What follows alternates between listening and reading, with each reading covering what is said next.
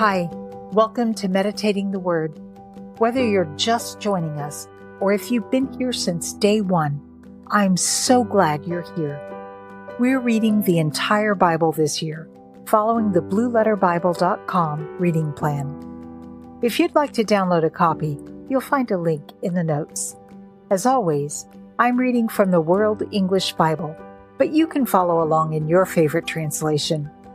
And if you haven't subscribed to this podcast yet, go ahead and click subscribe now so you don't miss any episodes.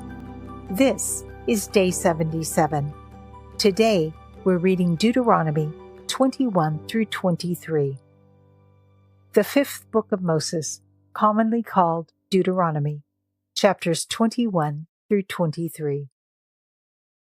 If someone is found slain in the land, which the Lord your God gives you to possess, lying in the field, and it isn't known who has struck him, then your elders and your judges shall come out, and they shall measure to the cities which are around him who is slain. It shall be that the elders of this city, which is nearest to the slain man, shall take a heifer of the herd, which hasn't been worked with, and which has not drawn in the yoke. The elders of that city shall bring the heifer down to a valley with running water, which is neither plowed nor sown, and shall break the heifer's neck there in the valley. The priests, the sons of Levi, shall come near. For them the Lord your God has chosen to minister to him, and to bless in the Lord's name. And according to their word, every controversy and every assault shall be decided. All the elders of that city, which is nearest to the slain man, shall wash their hands over the heifer whose neck was broken in the valley. They shall answer and say, Our hands have not shed this blood, neither have our eyes seen it.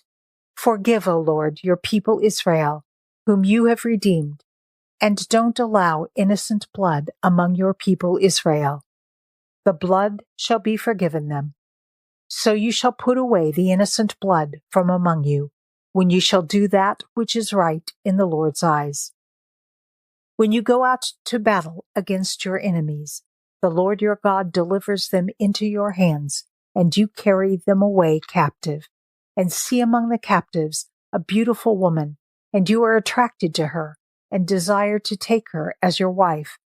Then you shall bring her home to your house. She shall shave her head, and trim her nails. She shall take off the clothing of her captivity, and shall remain in your house, and bewail her father and her mother a full month. After that, you shall go into her, and be her husband, and she shall be your wife. It shall be, if you have no delight in her, then you shall let her go where she desires, but you shall not sell her at all for money. You shall not deal with her as a slave, because you have humbled her. If a man has two wives, the one beloved and the other hated, and they have borne him children, both the beloved and the hated, and if the firstborn son is hers, who was hated, then it shall be, in the day that he causes his sons to inherit that which he has, that he may not give the son of the beloved the rights of the firstborn before the son of the hated, who is the firstborn. But he shall acknowledge the firstborn, the son of the hated, by giving him a double portion of all that he has, for he is the beginning of his strength. The right of the firstborn is his. If a man has a stubborn and rebellious son, who will not obey the voice of his father or the voice of his mother, and though they chasten him, will not listen to him, then his father and his mother shall take hold of him and bring him out to the elders of his city and to the gate of his place. They shall tell the elders of his city, This our son is stubborn and rebellious. He will not obey our voice. He is a glutton and a drunkard. All of the men of the city shall stone him to death with stones. So you shall remove the evil from among you. All Israel shall hear and fear. If a man has committed a sin worthy of death, and he is put to death, and you hang him on a tree, his body shall not remain all night on the tree, but you shall surely bury him the same day. For he who is hanged is accursed of God. Don't defile your land, which the Lord your God gives you for an inheritance. You shall not see your brother's ox or his sheep go astray and hide yourself from them. You shall surely bring them in again to your brother. If your brother isn't near to you, or if you don't know him, then you shall bring it home to your house, and it shall be with you until your brother comes looking for it, and you shall restore it to him. So shall you do with his donkey, so shall you do with his garment. So shall you do with every lost thing of your brother's, which he has lost and you have found. You may not hide yourself. You shall not see your brother's donkey or his ox fallen down by the way, and hide yourself from them. You shall surely help him lift them up again. A woman shall not wear a man's clothing, neither shall a man put on women's clothing. For whoever does these things is an abomination to the Lord your God. If you come across a bird's nest on the way, in any tree or on the ground, with young ones or eggs, and the hen sitting on the young, or on the eggs, you shall not take the hen with the young. You shall surely let the hen go, but the young you may take for yourself, that it may be well with you, and that you may prolong your days. When you build a new house, then you shall make a railing around your roof, so that you don't bring blood on your house if anyone falls from there. You shall not sow your vineyard with two kinds of seed, lest all the fruit be defiled, the seed which you have sown, and the increase of the vineyard. You shall not plow with an ox and a donkey together. You shall not wear clothes of wool and linen woven together.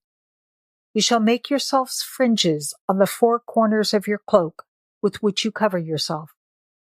If a man takes a wife and goes into her, hates her, accuses her of shameful things, gives her a bad name, and says, I took this woman, and when I came near to her, I didn't find in her the tokens of virginity, then the young lady's father and mother shall take and bring the tokens of the young lady's virginity to the elders of the city in the gate. The young lady's father shall tell the elders, I gave my daughter to this man as his wife, and he hates her. Behold, he has accused her of shameful things, saying, I didn't find in your daughter the tokens of virginity, and yet these are the tokens of my daughter's virginity. They shall spread the cloth before the elders of the city. The elders of that city shall take the man and chastise him. They shall fine him 100 shekels of silver, and give them to the father of the young lady, because he has given a bad name to a virgin of Israel. She shall be his wife. He may not put her away all his days. But if this thing is true, that the tokens of virginity were not found in the young lady, then they shall bring out the young lady to the door of her father's house, and the men of her city shall stone her to death with stones, because she has done folly in Israel, to play the prostitute in her father's house. So you shall remove the evil from among you. If a man is found lying with a woman married to a husband, then they shall both die, the man who lay with the woman and the woman. So shall you remove the evil from Israel. If there is a young lady who is a virgin, pledged to be married to a husband, and a man finds her in the city and lies with her, then you shall bring them both out to the gate of that city, and you shall stone them to death with stones, the lady because she didn't cry being in the city, and the man because he has humbled his neighbor's wife. So you shall remove the evil from among you. But if the man finds a lady who is pledged to be married in the field, and the man forces her and lies with her, then only the man who lay with her shall die. But to the lady you shall do nothing. There is in the lady no sin worthy of death, for as when a man rises against his neighbor and kills him, even so is this matter.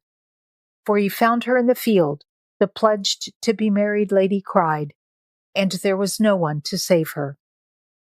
If a man finds a lady who is a virgin, who is not pledged to be married, grabs her and lies with her, and they are found, Then the man who lay with her shall give to the lady's father 50 shekels of silver. She shall be his wife, because he has humbled her.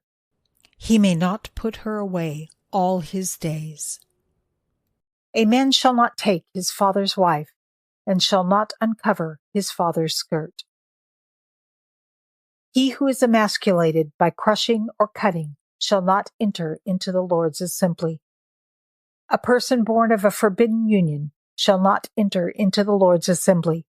Even to the 10th generation shall no one of his enter into the Lord's assembly. An Ammonite or a Moabite shall not enter into the Lord's assembly. Even to the 10th generation shall no one belonging to them enter into the Lord's assembly forever, because they didn't meet you with bread and water on the way when you came out of Egypt, and because they hired against you Balaam, the son of Beor, from Pethor of Mesopotamia, to curse you. Nevertheless, the Lord your God wouldn't listen to Balaam, but the Lord your God turned the curse into a blessing to you, because the Lord your God loved you.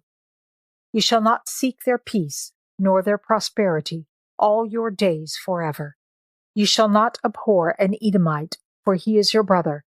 You shall not abhor an Egyptian, because you lived as a foreigner in his land. The children of the 3rd generation who are born to them may enter into the Lord's assembly. When you go out and camp against your enemies, then you shall keep yourselves from every evil thing.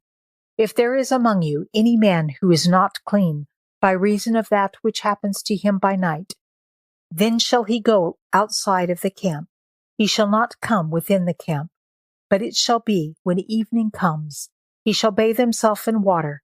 When the sun is down, he shall come within the camp. You shall have a place outside of the camp where you go to relieve yourself. You shall have a trowel among your weapons. It shall be when you relieve yourself, you shall dig with it, and shall turn back and cover your excrement. For the Lord your God walks in the middle of your camp to deliver you, and to give up your enemies before you. Therefore your camp shall be holy, that he may not see an unclean thing in you, and turn away from you. You shall not deliver to his master a servant who has escaped from his master to you. He shall dwell with you among you, in the place which he shall choose within one of your gates, where it pleases him best. You shall not oppress him. There shall be no prostitute of the daughters of Israel, neither shall there be a sodomite of the sons of Israel. You shall not bring the hire of a prostitute or the wages of a male prostitute into the house of the Lord your God for any vow, for both of these are an abomination to the Lord your God. You shall not lend on interest to your brother, interest of money, interest of food, interest of anything that is lent on interest. You may charge a foreigner interest, but you shall not charge your brother interest, that the Lord your God may bless you in all that you put your hand to, in the land where you go in to possess it. When you vow a vow to the Lord your God, you shall not be slack to pay it, for the Lord your God will surely require it of you, and it would be sin in you. But if you refrain from making a vow, it shall be no sin in you. You shall observe and do that which is gone out of your lips, whether you have vowed to the Lord your God as a freewill offering, which you have promised with your mouth, you must do. When you come into your neighbor's vineyard, then you may eat your fill of grapes at your own pleasure, but you shall not put any in your container. When you come into your neighbor's standing grain, then you may pluck the ears with your hand, but you shall not use a sickle on your neighbor's standing grain.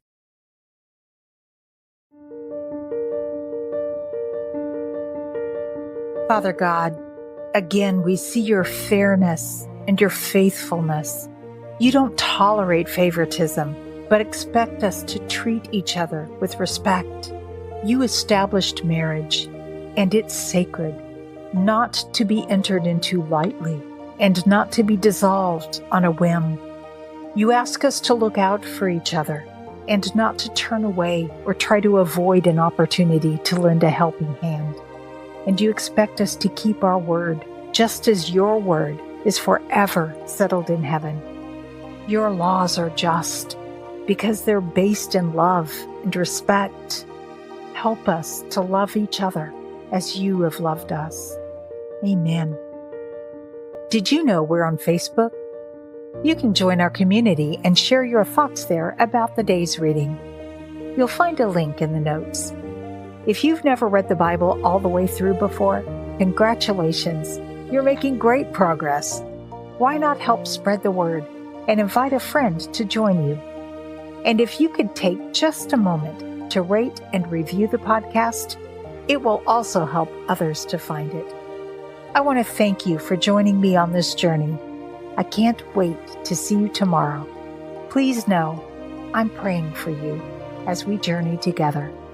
Until next time, be blessed and be a blessing.